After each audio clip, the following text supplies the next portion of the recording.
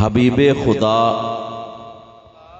آقا محمد مصطفیٰ صلی اللہ علیہ وآلہ وسلم کی ولادت باسعادت کے مہینے کا استقبال اور اس کی خوشی میں منائی جا رہی ہے۔ سبحان اللہ۔ اللہ دعا ہے کہ اللہ پاک انتظامیہ کا انتظام اپنی بارگاہ میں قبول و منظور فرمائے، اور جتنے اہل عشق، اہل محبت، اہل نسبت نزدیک سے دور سے پیدل چل کر آئے یا اپنی سواریوں پر آئے، اللہ پاک سب کا آنا اور بیٹھنا اپنی بارگاہ میں قبول و منظور فرمائے۔ کیونکہ کچھ سودے ایسے ہوتے ہیں کہ جس میں خسارے نہیں ہوتے، اور اسی لیے شاعر کہتا ہے بے دام ہی بک جائیے دربار نبی میں، بے دام ہی بک جائیے دربار نبی میں، اس شان کے سودے میں کبھی خسارے نہیں ہوتے۔ اب دیکھنے میں تو لگتا ہے کہ یہ بندہ اتنی دور سے پیٹرول خرچ کر کے جا رہا ہے محفل میں، ملے گا کیا محفل میں؟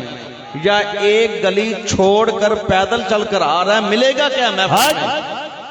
لیکن ملے گا، پتہ چلے گا اس وقت میدان معاشر قائم ہوگا، اللہ کا عرش لگا ہوگا، نوری ملائکہ کھڑے ہوں گے، اور اللہ پاک کے عرش کے علاوہ کسی جگہ پر کوئی سایہ نہیں ہوگا۔ گرمی ہوگی، تنگی ہوگی، لوگ پسینے میں شرابور ہوں گے، اور حدیث پاک میں آتا ہے کوئی اپنے پسینے میں ڈوبا ہوگا اپنے ٹخنوں تک، کوئی پسینے میں ہوگا اپنے گھٹنوں تک، کوئی پسینے میں ہوگا ناک تک، کوئی پسینے میں ہوگا سینے تک، کوئی پسینے میں ہوگا گردن تک۔ لیکن کچھ لوگ ایسے بھی ہوں گے کہ جن کو اللہ پاک اپنے عرش کا سایہ نصیب فرمائے۔ ایسے بھی ہوں گے، وہ کون لوگ ہوں گے؟ حدیث پاک اٹھا کر دیکھیے، بخاری شریف، مسلم شریف، کہ جو اکٹھے ہوں تو رب کی رضا پر اکٹھے ہوں، رب کی یاد کے لیے اکٹھے ہوں، آقا علیہ الصلوۃ والسلام کے میلاد کے لیے اکٹھے ہوں، ذکر خدا کے لیے اکٹھے ہوں، ذکر مصطفیٰ کے لیے اکٹھے ہوں۔ ان کا مل بیٹھنا نہ الیکشن کے لیے تھا، نہ ان کا اکٹھے ہونا جو کسی پارٹی کے لیے تھا، نہ کسی سیاست کے لیے تھا، نہ کسی صلح پنچایت کے لیے تھا، نہ کسی کے بیٹے کی شادی کے لیے تھا، نہ کسی کے غمی کے لیے تھا، نہ کوئی جھگڑے کے موقع تھا۔ وہ جمع ہوئے تھے صرف میرے مولا تیری رضا لے کر۔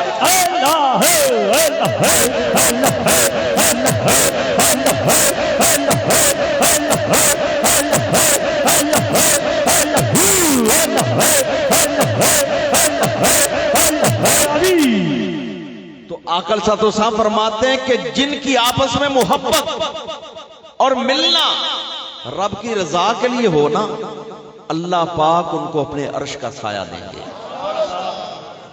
تو کیا یہ سودا خسارے کا یا فائدے کا ہے کہ جب سارے ہی پریشان ہوں، لیکن وہ لوگ جو رب کی محبت دلوں میں لے کر، دیکھیے یہاں پر جتنے ہیں نا، خاندان سب کا ایک نہیں، برادری ایک نہیں، گھر بھی ایک نہیں ہے، اپنے محلے ہیں، اپنے شہر ہیں، اپنی منزلوں سے آئے ہیں، خاندان برادریاں مختلف ہیں، لیکن جمع کیے ہوئے کس وجہ سے ہوئے؟ رب کے ذکر کے لیے، اس کے حبیب کے ذکر کے لیے۔ اور جس وقت رب اور اس کے حبیب کے ذکر کے لیے جمع ہو جایا جائے، پھر یاد رکھیے پیار والے کا ذکر کرو تو پیار والا راضی ہوتا ہے، پیار والے کا ذکر کرو پیار والا راضی ہوتا ہے، بیٹے کی تعریف کرو باپ کے سامنے، باپ راضی ہوتا ہے، شاگرد کی تعریف کرو استاد کے سامنے، استاد راضی ہوتا ہے، مرید کی تعریف کرو پیر کے سامنے، پیر راضی ہوتا ہے، بلڈنگ عمارت کی تعریف کرو بنانے والے مستری کے سامنے، مستری راضی ہوتا ہے، پھول کی تعریف کرو باغ کے مالی کے سامنے، مالی راضی ہوتا ہے۔ اور رحمان پورہ والوں، جس وقت یہاں بیٹھ کر حبیب خدا کی تعریف کرتے ہیں، خدا عرش مولا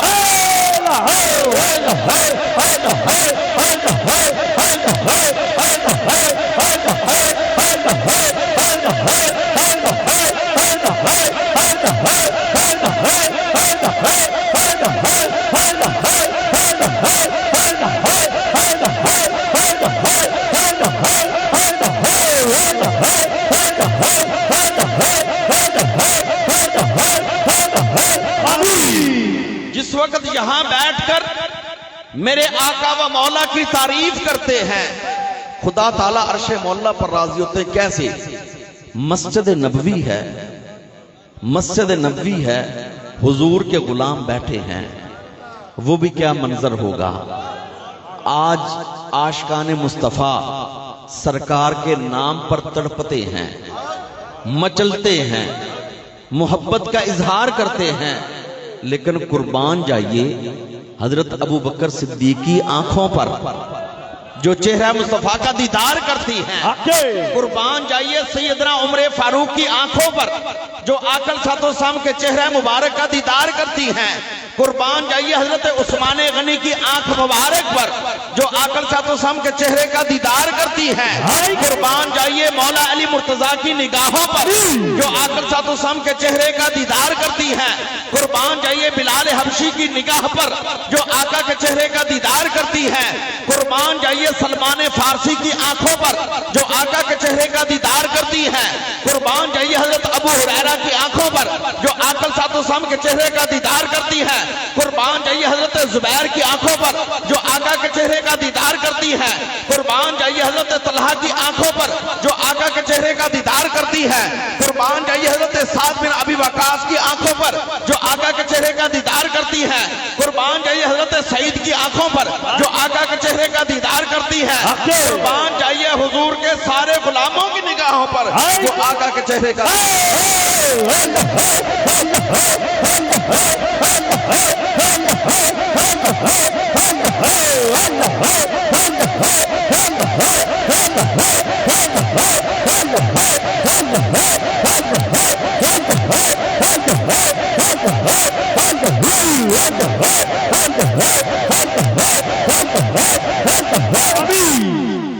تو ان آنکھوں پر قربان جائیے جنہوں نے سرکار کے چہرے کا دیدار کیا۔ تو آقا علیہ السلام کے صحابہ مسجد نبی میں بیٹھے ہیں، حضور علیہ السلام اپنے حجرہ مبارک میں جو احباب گئے حج عمرہ پر اللہ پاک یہ ان کی حاضریاں قبول فرمائے، جو ابھی تک نہیں گئے اللہ پاک ان کے لیے اسباب عطا فرمائے۔ مسجد نبی کا منظر کچھ ایسے ہے کہ قبلہ رخ ہو کر بندہ کھڑا ہونا تو جدھر بایاں ہاتھ ہے ادھر جو دیوار ہے یہی سرکار کا حجرہ مبارک تھا، اور ان وقتوں میں سرکار کے حجرہ مبارک کے دروازے کی جگہ پر کوئی لکڑی کا دروازہ نہیں تھا، لوہے کا نہیں تھا، بس ایک جو کپڑے کا پردہ تھا۔ حضور علیہ السلام اسی کو تھوڑی سی حرکت میرے آقا اپنے ہاتھ مبارک دے دیتے، آقا حجرے میں آئے۔ آقا علیہ السلام کے صحابہ مسجد نبوی میں ہیں، سرکار اپنے حجرہ مبارک میں ہیں۔ حدیث پاک میں آتا ہے سرکار علیہ السلام کی چادر مبارک حضور کے کندھے پر، اور اتنی تیزی سے سرکار تشریف لائے کہ چادر مبارک زمین کے ساتھ کسٹ رہی تھی، اتنی تیزی سے۔ اور صحابہ جہاں گول دائرہ بنا کر بیٹھے ہوئے تھے نا، میرے آقا ان کے پاس آ گئے اور آ کر فرمایا تم ابھی کیا باتیں کر رہے تھے، تم ابھی کیا باتیں کر رہے تھے؟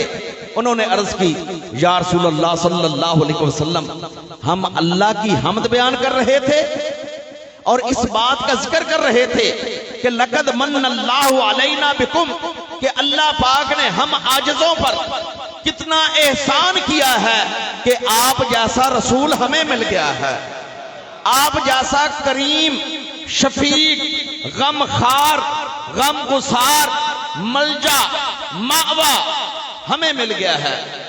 3 بار حضور علیہ السلام نے فرمایا تم یہی باتیں کر رہے تھے؟ انہوں نے عرض کیا جی یا رسول اللہ یہی باتیں کر رہے تھے کہ اللہ کی حمد، اللہ کی تعریف اور اس بات کا ذکر کر رہے تھے کہ اللہ پاک نے ہم پر احسان کیا ہے کہ آپ جیسا رسول کریم ہمیں مل گیا۔ حضور نے فرمایا ابھی ابھی میرے حجرے میں جبریل امین آئے ہیں، ابھی ابھی میرے حجرے میں جبریل امین آئے ہیں، رب کا سلام بھی لائے ہیں، 7 پیغام بھی لائے ہیں، رب کا سلام بھی لائے ہیں، 7 پیغام بھی لائے ہیں۔ پیغام یہ ہے کہ اے پیارے آقا علیہ السلام، آپ کا رب اس وقت آپ کی ان غلاموں پر بڑا فخر کر رہا ہے جو مسجد نبوی میں بیٹھے کام کر رہے ہیں۔ وہ مسجد نبوی میں بیٹھے کیا کر رہے تھے؟ ذکر خدا بھی کر رہے تھے، ذکر مصطفیٰ بھی کر رہے تھے، رب کی حمد بھی بیان کر رہے تھے، آقا کی آمد کا ذکر بھی کر رہے تھے۔ پتا چلا کہ جس محفل میں، جس مجلس میں، جس اکٹھ بیٹھنے میں خدا کا ذکر بھی ہو جائے، پیارے مصطفیٰ کا ذکر بھی ہو جائے، رب کی توحید بھی بیان ہو جائے، آقا کی عظمت بھی بیان ہو جائے، جہاں پر لا الہ الا اللہ کا نعرہ بھی لگ جائے، محمد رسول اللہ کا نعرہ بھی لگ جائے، تو وہاں اللہ پاک فخر فرماتا ہے کہ میرے ملائکہ دیکھو، میرے بندے میری تعریفیں بھی کر رہے ہیں، میرے محبوب کی آمد کر رہے ہیں۔ اللہ تو اس لیے میں نے ابتدا میں کہا کہ رب تعالی اس مجمع اور اس محفل پر فخر فرماتے ہیں کہ جس محفل اور جس مجمع میں خدا کا ذکر بھی ہو، پیارے مصطفیٰ کا ذکر بھی ہو، خدا کا ذکر کرے، ذکر مصطفیٰ نہ کرے۔ اللہ کرے کسی کی زبان ایسے نہ ہو کہ جو صرف رب کی توحید بیان کرے، آگے عظمت مصطفیٰ کی طرف نہ آئے۔ ہمیں تو ہمارے مرشد کریم نے سبق یہ دیا ہے، بابے وادی والے نے سبق یہ دیا ہے، موری شریف والوں نے سبق یہ دیا ہے، اور حضرت مجدد پاک نے سبق یہ دیا ہے کہ پیر نگر میں بیٹھ، نبی نگر میں جا، نبی نگر میں بیٹھ، پھر درشن یار دا پا۔ اللہ یہ سبق یہ دیا ہے کہ نگاہ مرشد کامل سے عشق مصطفیٰ حاصل، خدا کا قرب دیتی ہے محبت پیر خانے کی۔ اللہ تو جو زبان رب تعالیٰ کا ذکر تو کرے لیکن شان مصطفیٰ کو بیان نہ کرے، عظمت مصطفیٰ کو بیان نہ کرے، حسن مصطفیٰ کو بیان نہ کرے، معجزات مصطفیٰ کو بیان نہ کرے، صورت مصطفیٰ کو بیان نہ کرے، جو زبان سیرت مصطفیٰ کو بیان نہ کرے، جو زبان اخلاق مصطفیٰ کو بیان نہ کرے، جو زبان میرے آقا کی معراج کا ذکر نہ کرے، میرے آقا کے میلاد کا ذکر نہ کرے، میرے آقا کے کمالات کا ذکر نہ کرے، میرے آقا کے مکہ و مدینہ کا ذکر نہ کرے، جو زبان حضور کا ذکر نہ کرے، منہ میں ہو ایسی زبان خدا نہ کرے۔ اللہ سبحان اللہ کا ذکر کرے، ذکر مصطفیٰ نہ کرے، منہ میں ہو ایسی زبان خدا نہ کرے۔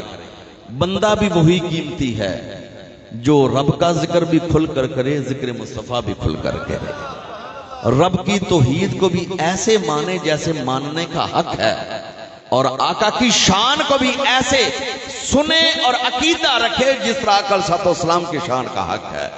جس طرح وہ رب اپنی ربوبیت میں وحدہ لا شریک ہے نا، اور نہ کوئی رب، نہ کوئی الہ، نہ کوئی معبود، تو ایسے ہی پوری مخلوق میں سرکار کا نہ کوئی مثال ہے، نہ کوئی نظیر ہے، نہ کوئی مثل ہے، نہ کوئی تمثیل ہے۔ سرکار بھی اپنی مثال آپ ہے، وہ رب وحدہ لا شریک ہے، میرے آقا مخلوق میں وحدہ لا شریک ہے۔ بے شک تو اس لیے اللہ پاک نے فرمایا قرآن حکیم کے اندر، لَقَدْ مَنَّ اللَّهُ عَلَى الْمُؤْمِنِينَ إِذْ بَعَثَ فِيهِمْ رَسُولًا، البتہ تحقیق مومنوں پر احسان کیا۔ کس نے؟ کسی بادشاہ نے، وزیر نے؟ اللہ پاک نے فرمایا لَقَدْ مَنَّ اللَّهُ، البتہ تحقیق احسان کیا اللہ نے، احسان کیا اللہ نے۔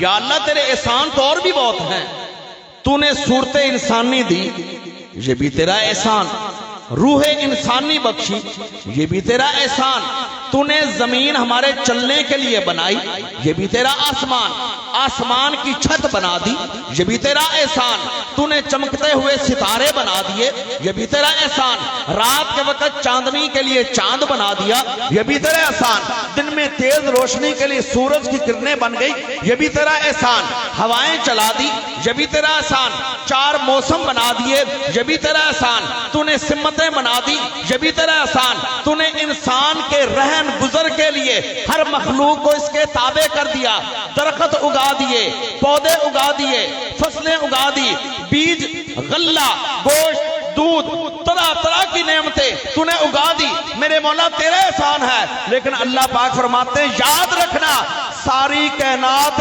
ایک طرف، میرے محبوب کا مل جانا ایک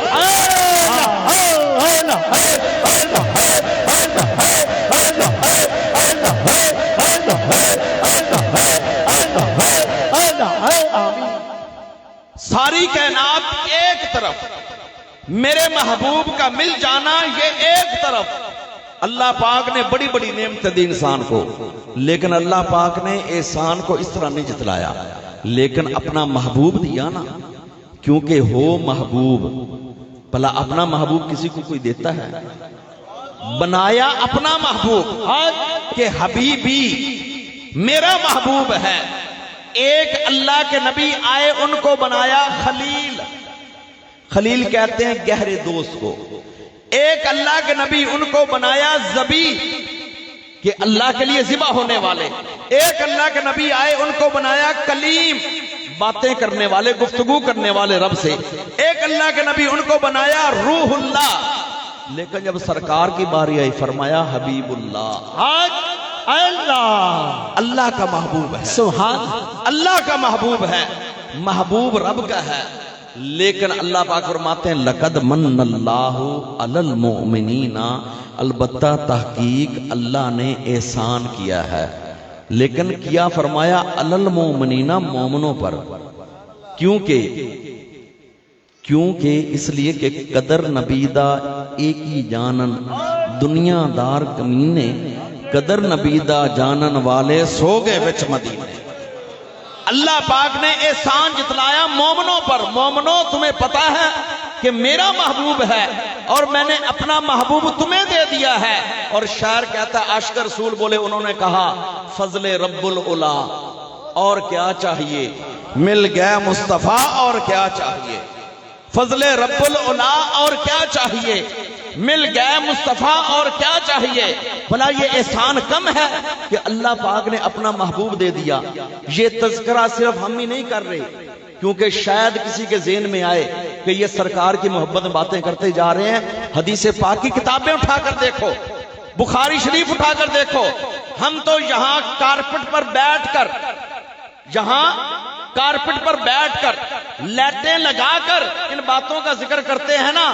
صحابہ نے ہاتھوں میں کدالیں پکڑی ہوئی، مدینے کے ارد گرد خندق کھود رہے ہیں، کیونکہ کفار کا بہت بڑا ایک ادھر سے لشکر آ رہا تھا۔ میرے آقا نے اپنے غلاموں کو اکٹھا کیا، صحابہ کو اکٹھا کیا، ایک ایک سے مشورہ لیا کہ مدینے میں رہ کر ان سے جنگ کریں یا ادھر مدینے سے باہر نکلیں۔ ہر صحابی نے مشورہ دیا اپنا اپنا۔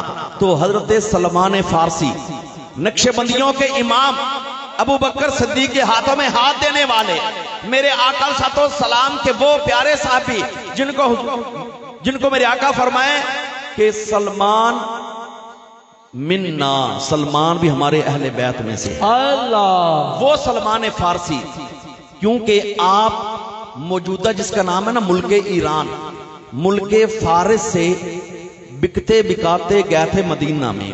ان وقتوں میں غلام بکتے تھے پیسوں کے، بکتے بکاتے مدینہ میں گئے تھے اور تلاش حق کے لیے کہ میں نے آخری نبی کا دیدار کرنا ہے۔ اللہ پاک نے آخری نبی کا دیدار بھی کروا دیا، آخری نبی کا صحابی بھی بنا دیا۔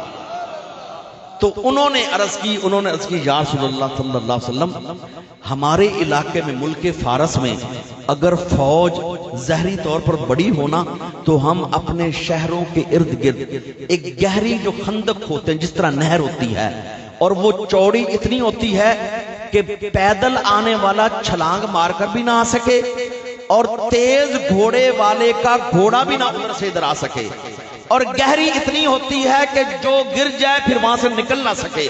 لیکن پھر بھی کہتے تھے کہ ہم اپنے علاقے میں اس گہرائی میں یا پانی چھوڑ دیتے ہیں یا آگ جلا دیتے ہیں تاکہ اگر کوئی دشمن گر ہی جائے تو پھر وہاں بچے نہ۔ حضور کو ان کا مشورہ پسند آ گیا خندق کھودنے کا۔ میرے آقا صلی اللہ علیہ وسلم صحابہ کو لے گئے، میرے آقا صلی اللہ علیہ وسلم نے ان کو اپنے حصے تقسیم کر دیے کہ اتنے فٹ یا اتنے میٹر آقا صلی اللہ علیہ وسلم نے، اور حضور والی کون و مکان میرے آقا امام الاولین سرکار پر نہ صحابہ کے دل میں یہ آ سکتا تھا نہ کبھی آیا، لیکن سرکار نے فرمایا یہ تمہارا حصہ ہے یہ میرا حصہ۔ اللہ، لیکن صحابہ نے کیا؟ صحابہ کدالیں بھی مارتے ہیں اور ساتھ جو نعت پڑھتے ہیں، میں آپ کو وہ نعت سنانے لگا ہوں۔ صحابہ کدالیں بھی مارتے ہیں، زمین پتھریلی ہے اور کسی جگہ پر ریت آ جاتی ہے اور کسی جگہ پر مٹی آ جاتی ہے، کسی جگہ پر پتھر آ جاتا ہے، پیارے نبی کے غلام کدالیں بھی مارتے ہیں، پتھر بھی توڑتے ہیں اور زبانوں پر شعر ہیں، واللہ لولا انت فینا، واللہ لولا انت فینا ما صدقنا ولا صلینا۔ اللہ کی قسم اے اللہ کے پیارے حبیب، آپ ہم میں نہ ہوتے نہ ہمیں صدقہ خیرات کرنا آتا نہ نمازیں پڑھنے آتا۔ نعرہ تکبیر، اللہ اکبر، نعرہ رسالت رسول اللہ، نعرہ رسالت رسول اللہ، سیدی مرشدی یا نبی یا نبی، سیدی مرشدی یا نبی یا نبی، سیدی مرشدی یا نبی یا نبی، حیدری مرشد جیوے جیوے جیوے مرشد جیوے،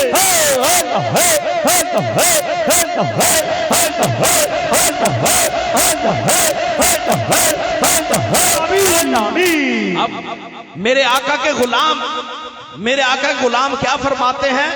ساتھ پتھر بھی توڑ رہے ہیں اور ساتھ حضور کی نعت بھی پڑھ رہے ہیں۔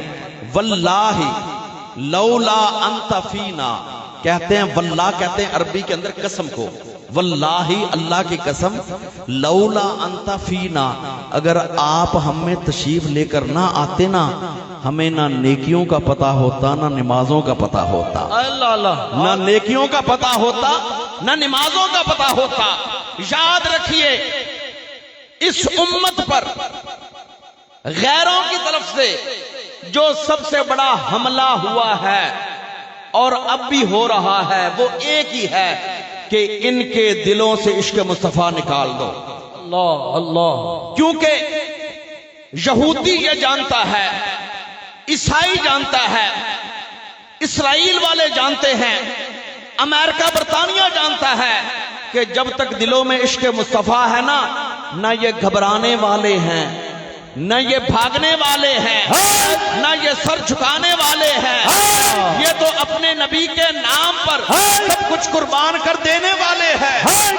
تو سب سے پہلا حملہ جو انگریز نے کیا یہی کیا 1918 کے اندر، اس نے چند علماء کو اپنے ساتھ ملایا، بلکہ خود اس انگریز نے پہلے عربی سیکھی، پھر عرب کے علاقے میں گیا اور وہاں جس شہر کا نام اس وقت ہے نا الریاض، اس کا پرانا نام ہے نجد، نجد کے ایک عالم دین کو اپنے ساتھ ملایا، ملا کر ساری اس کو ترتیب بتائی کہ یہ لوگ جو میلاد منانے والے ہیں یہ تو شرک کرنے والے ہیں، یہ تو شرک کرنے والے ہیں، یہ تو کوئی اچھا کام نہیں ہے۔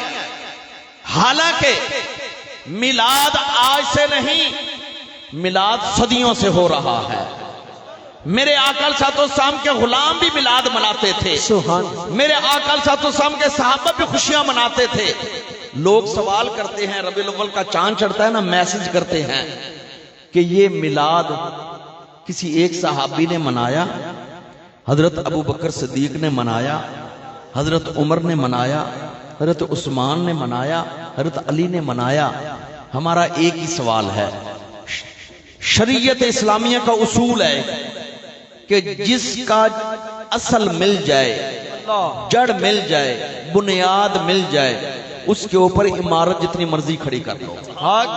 سبحان اللہ. مثال کے طور پر ایک مثال سمجھیے. حدیث پاک میں کہا گیا کہ علم حاصل کرو.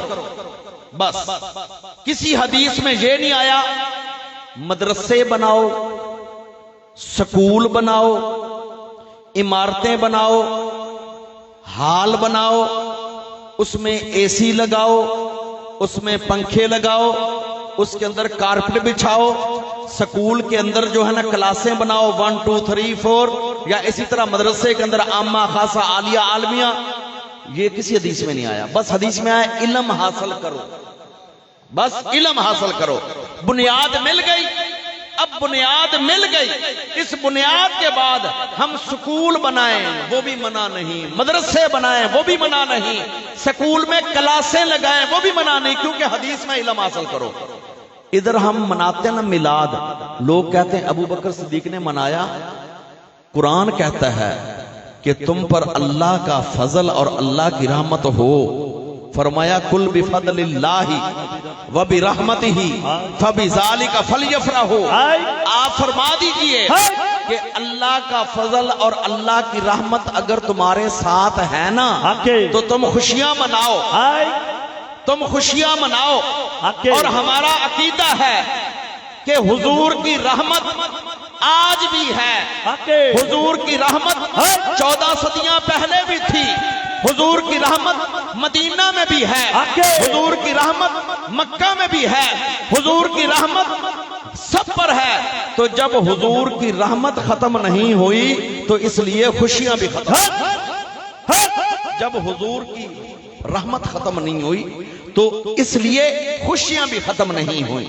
تو یاد رکھیے میلاد مصطفیٰ آقا علیہ الصلوۃ والسلام کے ولادت باسعادت کی خوشی منانا، اس کے بارے میں ہمیں اسلامی تاریخ بتاتی ہے کہ مکہ المکرمہ میں، مدینہ طیبہ میں اس موجودہ حکومت کے آنے سے پہلے، یعنی 1918 سے پہلے مکہ میں بھی حضور کا میلاد ہوتا تھا، مدینے میں بھی حضور کا میلاد. سبحان اللہ. اللہ اللہ. آج کئی لوگ عمرہ حج کے لیے جاتے ہیں تو واپس آ کر پوچھتے ہیں کہ یار یہ میلاد صرف پاکستان میں ہی ہوتا ہے، یہ ادھر مکہ مدینے میں نہیں ہوتا. لیکن ان سے پوچھنا ہے کہ مکہ مدینے میں میلاد کیا 70-80 سال سے نہیں ہوتا یا ہمیشہ سے نہیں ہوتا تھا؟ 70-80 سال سے بند ہوا ہے میلاد، لیکن اب بھی میلاد وہاں مسجدوں اور بازاروں میں بند ہوا ہے. اہل عرب اپنی کوٹھیوں میں آقا کا میلاد اب بھی مناتے ہیں، آقا کا میلاد اب بھی مناتے ہیں. اور الحمدللہ رب العالمین، الحمدللہ وہاں پر مجھے بھی نصیب ہوا میلاد میں جانا کہ اتفاق ہوا مدینہ شریف ایسے ایک عربی ملا اور اس نے السلام علیکم وعلیکم السلام مختصر عربی کے اندر پوچھا کہ آپ عمرہ کرنے آئے؟ میں نے کہا ہاں عمرہ کرنے. تو اس نے کہا کہ عشاء کی نماز کے بعد اس نے کہا کہ آپ نے جو 4 نمبر حمام کے پاس آ جانا ہے، 4 نمبر حمام کے پاس آ گیا ادھر. تو ادھر سے گاڑی پر بٹھا کر لے گیا. تو پھر وہاں کیا تھا، ان کی بیٹھک لمبی بیٹھک تھی جس میں 18-19 آدمی ادھر درمیان میں میز پڑے ہوئے تھے اور ہلکی ہلکی خوشبو وہاں اٹھ رہی تھی، ہلکی ہلکی خوشبو اٹھ رہی تھی. بیٹھ گئے. انہوں نے عربی میں کہا کہ سب سے پہلے ہم سارے جو نا قصیدہ بردہ شریف پڑھیں گے، اور جن کو زبانی نہیں آتا انہوں نے چھپوا کر رکھے ہوئے، اور ہر ایک کے ہاتھ کے اندر انہوں نے قصیدہ بردہ شریف دے دیا اور کہا کہ سارے اکٹھے پڑھو، مولا یا صلی وسلم دائما ابدا علی حبیبک خیر. انہوں نے سارا قصیدہ، حافظ صاحب 2 شعر پڑھ دو قصیدہ بردہ شریف کے. سبحان اللہ. مولاي صل وسلم دائما ابدا على حبيبك خير الخلق كلهم. مولاي صل وسلم دائما ابدا على حبيبك خير الخلق الخلق كلهم هو الهادي والذي ترجى شفاعته هو الهادي والذي ترجى شفاعته هو الهادي والذي ترجى شفاعته هو الهادي والذي ترجى شفاعته لكل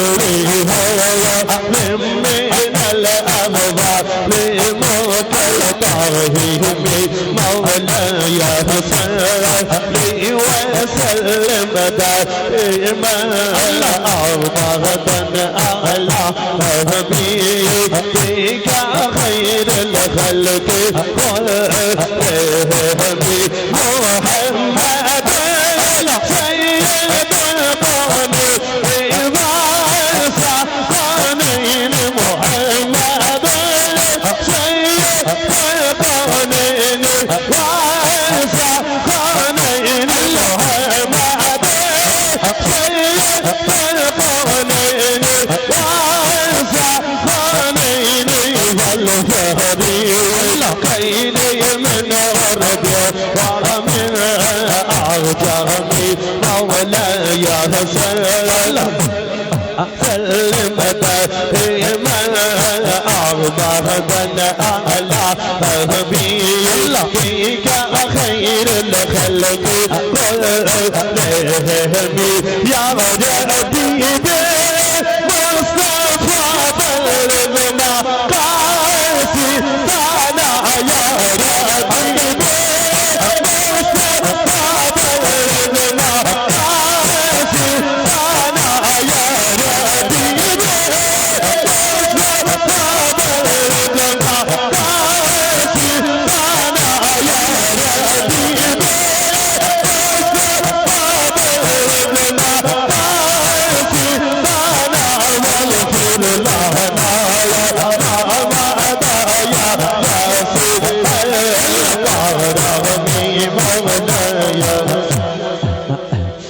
تو ادھر مدینہ طیبہ کی کوٹھی میں یہ قصیدہ برداشی پڑھا گیا، یہ اشعار پڑھے گئے.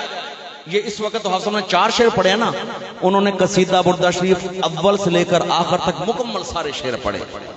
اور اس وقت جو حافظ صاحب نے شعر پڑھے ان کا مطلب یہ ہے محمد سید الکونین والثقلین، پیارے آقا وہ ہیں جو پوری کائنات کے سردار ہیں. سید الکونین پوری کائنات کے سردار ہیں، والثقلین اور دونوں مخلوق جنوں کے بھی سردار ہیں انسانوں کے بھی سردار ہیں. اور آگے کہا یا ربی بالمصطفیٰ بلغ مقاصدنا، اے ہمارے رب پیارے آقا کے صدقے نا ہمارے جو بھی مقصد ہیں میرے مولا سارے حل ہو جائیں. واغفر لنا، میرے مولا ہمیں بخش دے، ما مدا، ہم سے جو بھی غلطیاں ہو گئیں، جو وقت گزر گیا، ما مدا، جو ماضی میں گزر گیا، جو ہو گیا، صغیرہ گناہ ہوئے، کبیرہ گناہ ہوئے، بھول جانے والے بھول گئے، پھسلنے والے پھسل گئے، لغزش والوں سے لغزش ہو گئی، میرے مولا آقا کے صدقے سب کو معاف کر دے. تو یہ وہاں جو ہے نا قصیدہ بردہ شریف پڑھا گیا میلاد پاک کی محفل میں.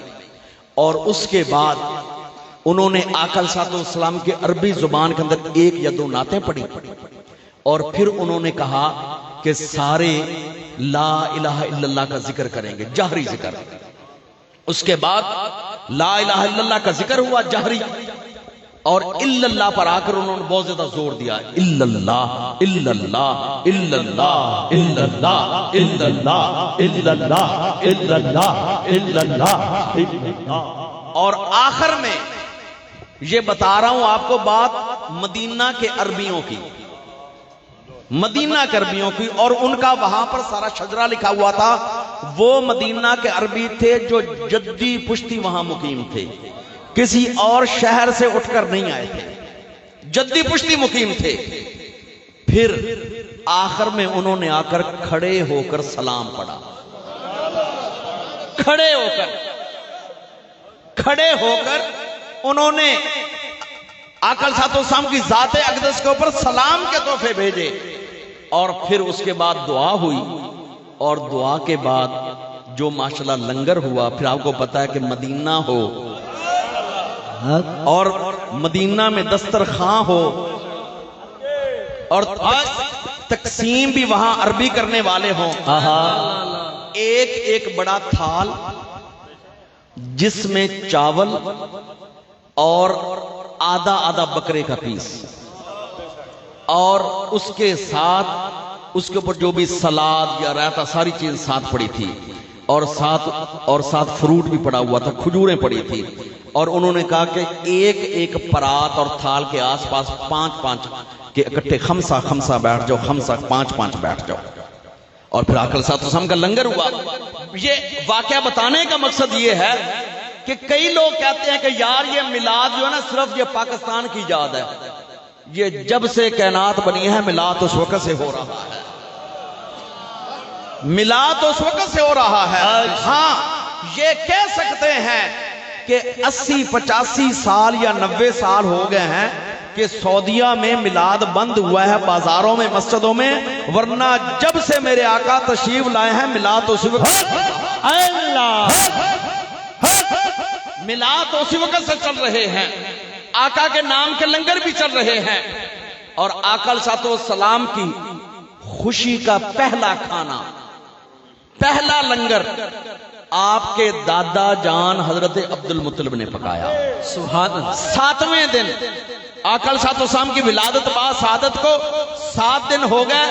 فرمایا کہ میں نے اپنے پوتے کی خوشی کرنی ہے. اور کیونکہ ایک تو آپ سردار تھے، سردار پھر ایز قریشی ہاشمی سردار، اور جن کے پاس ایسے بیت اللہ کی چابیاں اور سارے اختیارات.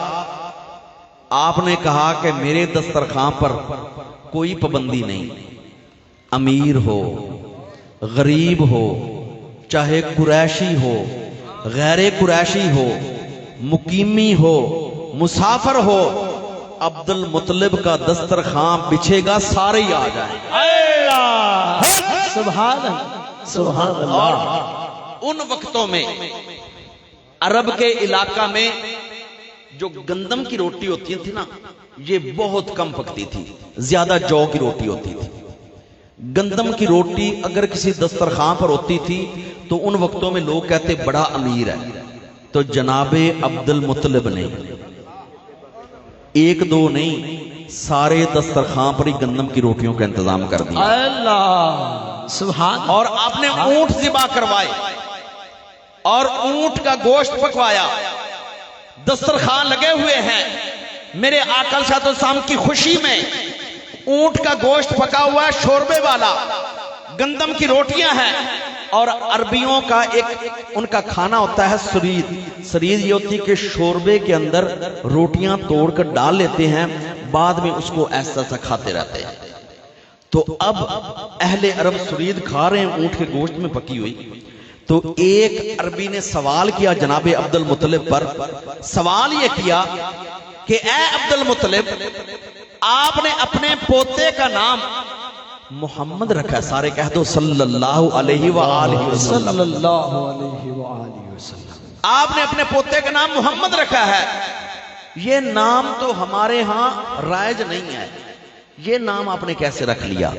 کیونکہ عربی لوگ لڑکا جب ہوتا تو اس کا نام ایسا رکھتے کہ جس میں پتا چلے کہ یہ بچہ بڑا ہو کر بہادر بنے گا، جنگجو بنے گا، یہ جنگیں لڑے گا، جیتے گا. کسی بچے کا نام رکھتے حرب. حرب کا معنی ہے جنگ. کسی بچے کا نام رکھتے مرہ. مرہ کا معنی ہے سخت غصے والا. اور کسی بچے کا نام رکھتے حجر. حجر کا معنی پتھر. کسی بچے کا نام رکھتے کعب، کہ کعب کا معنی ہے پہاڑ کی چوٹی. عربی لوگ لڑکوں کے نام سخت سخت رکھتے تھے. لیکن نام محمد تو بڑا میٹھا اور پیارا تھا. نام محمد تو اتنا پیارا تھا کہ کوئی انگوٹھے تو بعد میں چومے گا،